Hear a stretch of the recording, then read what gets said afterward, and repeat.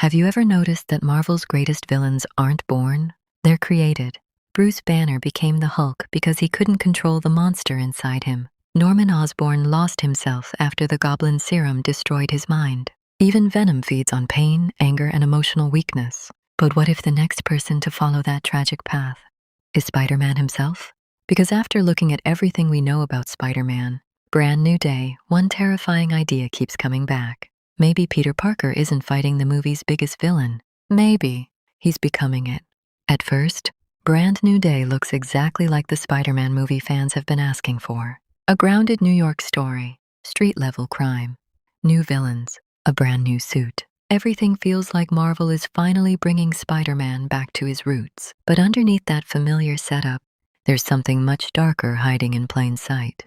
Because Peter Parker has already lost everything. At the end of No Way Home, he makes the ultimate sacrifice. The entire world forgets he ever existed. MJ doesn't remember him. Ned doesn't remember him. The Avengers don't know who Peter Parker is anymore. He's completely alone. That means every relationship that once kept Peter emotionally grounded is gone. No family, no best friend, no one waiting for him after the mask comes off. Instead of rebuilding his life, Peter throws himself into being Spider-Man full-time. Because being Spider-Man is easier than being Peter Parker. When he's wearing the mask, he doesn't have to think about what he lost. He doesn't have to remember the people who forgot him. He just keeps swinging through New York, trying to outrun the pain. But emotional wounds don't disappear just because you ignore them. Eventually, they change you. And according to the source material, that's exactly what's beginning to happen. Instead of simply becoming stronger, Peter's body starts changing. His eyes reportedly turn completely black. He begins producing organic webbing. His behavior becomes noticeably more aggressive. What's interesting is that these changes aren't presented like exciting new superhero upgrades. They're described more like mutations, something unnatural, something frightening. Of course, it's important to remember that these elements come from the available story material and should be viewed as part of the current premise rather than confirmed details of the finished movie. But if they are true, the implications are huge, because throughout Marvel history, physical transformations almost always reflect what's happening inside a character. Bruce Banner's rage creates the Hulk. The symbiote grows stronger by feeding on emotional pain. Norman Osborn's obsession destroys his sanity. Power in Marvel often comes with a psychological cost. So what if Peter's isolation is beginning to reshape him from the inside out? Not because he's evil, but because trauma is changing the person beneath the mask. That's where two unexpected characters suddenly become incredibly important. Punisher and Bruce Banner. At first glance, they look like simple crossover additions, but look a little deeper. They almost feel like warnings. Frank Castle is a man who allowed grief to replace hope. He still fights criminals, but compassion isn't what drives him anymore. Pain does. He's what happens when someone survives unimaginable loss, yet never heals from it. Then there's Bruce Banner, a man constantly terrified that the monster inside him could take control at any moment. He understands what it's like when your own body stops feeling like your own.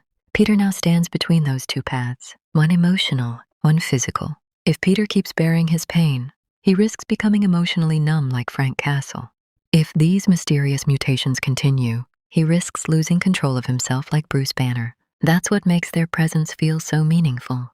They're not just allies. They're reflections of Peter's possible future. Frank reminds Peter what happens when grief defines your life. Banner reminds him what happens when power begins controlling the person. And Spider-Man is caught right in the middle. Which brings us to the biggest theory surrounding Brand New Day. What if the movie's final battle isn't against Scorpion, or Tombstone, or any hidden Marvel villain? What if Peter's greatest enemy is Peter Parker himself? Not because he suddenly turns evil, not because he wants revenge, but because years of loneliness convince him that Peter Parker is the weak part of his life. Maybe the only way he believes he can survive is by becoming Spider-Man permanently. No emotions, no attachments, no identity outside the mask. That would be the most heartbreaking Spider-Man story the MCU has ever told. A hero who doesn't lose because someone defeats him, but because he slowly forgets who he really is.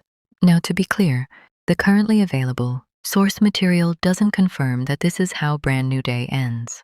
This is still a theory, but it does place Peter's isolation, identity crisis, and evolving powers at the center of the story. If Marvel is truly building toward that direction, then Brand New Day won't simply introduce a stronger Spider-Man. It could become the psychological origin of the darkest Spider-Man we've ever seen. And honestly, that might be far more terrifying than any supervillain. So what do you think? Will Spider-Man defeat his next enemy? Or will he have to defeat himself first? Let me know your theory in the comments. And if you love Marvel breakdowns, hidden details, or the latest movie updates, make sure to subscribe. Because if this theory turns out to be true, Spider-Man's greatest battle has only just begun.